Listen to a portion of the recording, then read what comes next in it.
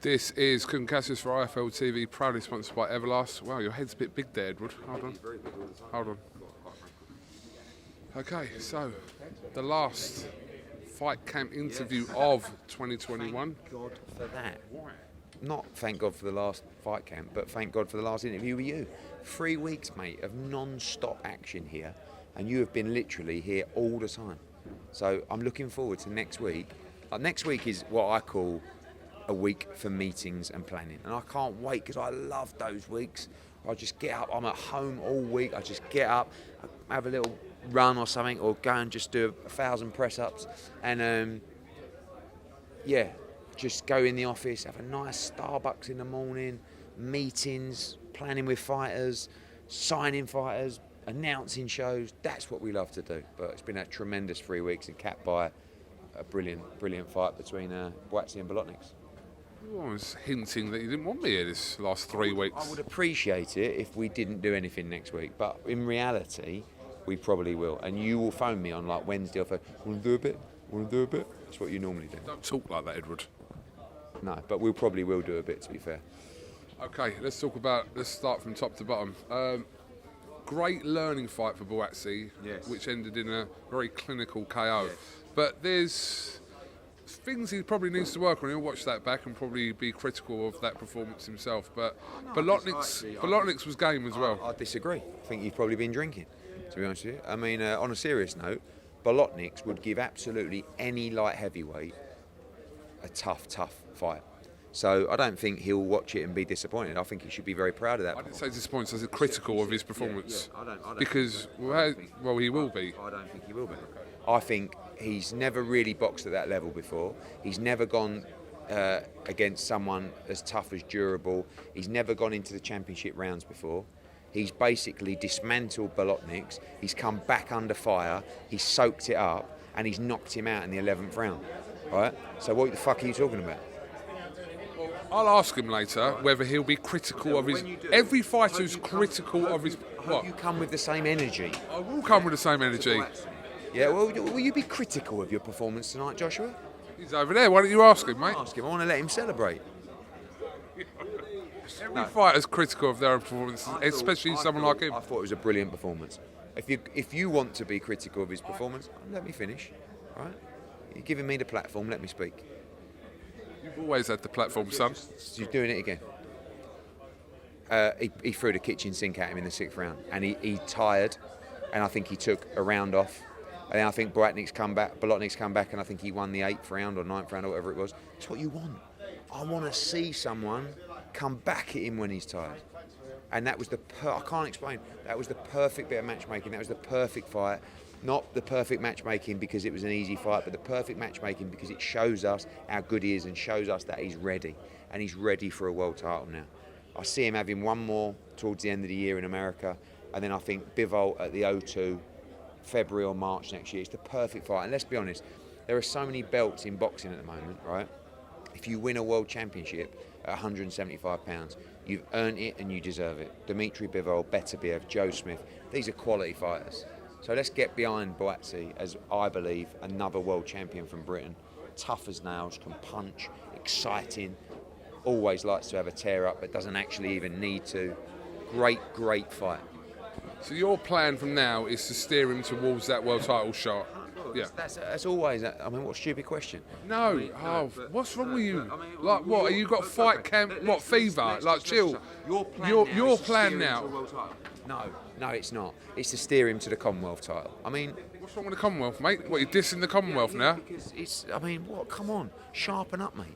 I know it's a free bar, right? And you've probably dismantled 30... Even had a drink here tonight. Yes, the aim is to steer him towards a world title, right? But we won first. I think Dimitri Bivol will fight in October. Obviously, if Canelo fights Canelo-Plant, etc. And then... Like I said, I've already told you, 0-2 for Dimitri Bivol. So your plan is to steer him to the world title. I mean, it was a world title eliminator. It's number 2 against number 3. You've been steering Dylan Whiteman for 5 years, mate. Oh! Shout out the body snatcher. There we go. It doesn't always go to plan, does it, Edward? But, yeah. You can run through the rest of the card. I'll give you the floor. absolutely electric performance. That guy had a war with Chris Colbert, the interim world champion. He fought a guy on our show against a guy who was 19. I had a war with him, won that fight, and that was what you need from Joe Cordina. You need a performance like that to come out and show how good he is. And he will become a world champion at 130 pounds. Want to move into a final eliminator now. He's ready, sharp as you like. Michael McKinson, good performance. Bit disappointed with Ranowski, to be honest with you, because he went into his shell a little bit. And you know, with Michael, you know, he can control any fights, but you want someone that comes onto him so he can really look exciting. And I thought he looked good tonight. But sometimes you get the criticism of, you know, the style that he fights when someone goes into a shell.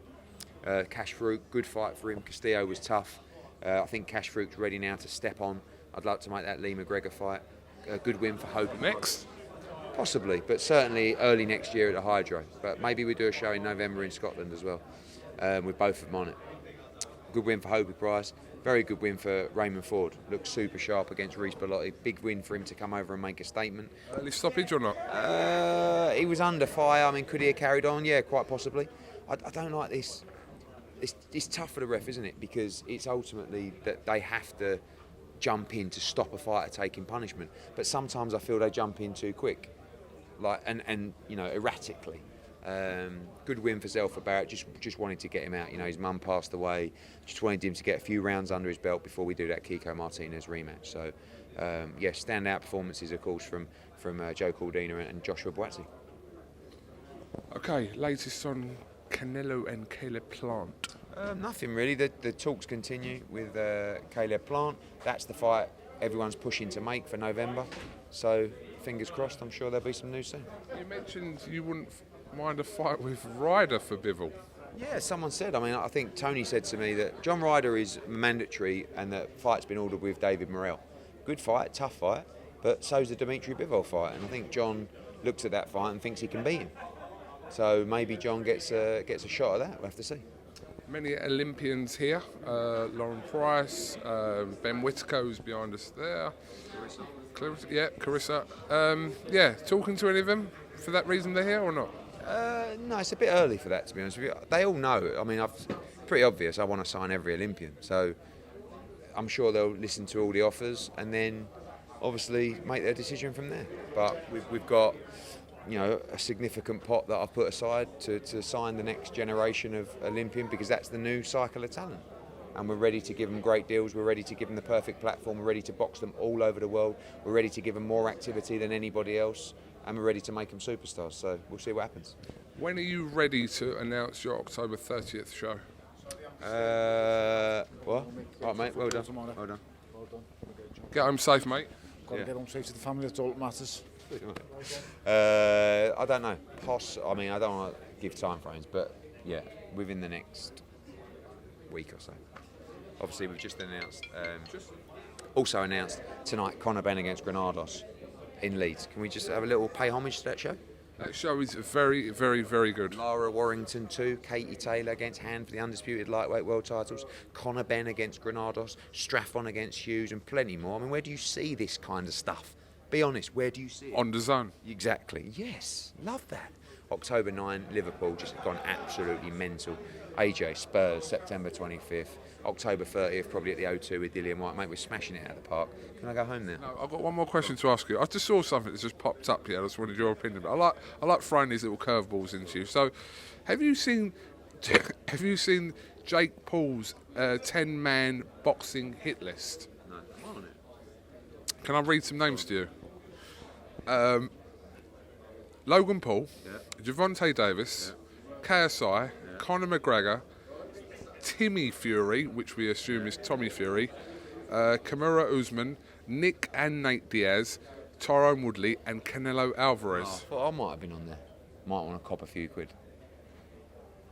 I'm too heavy.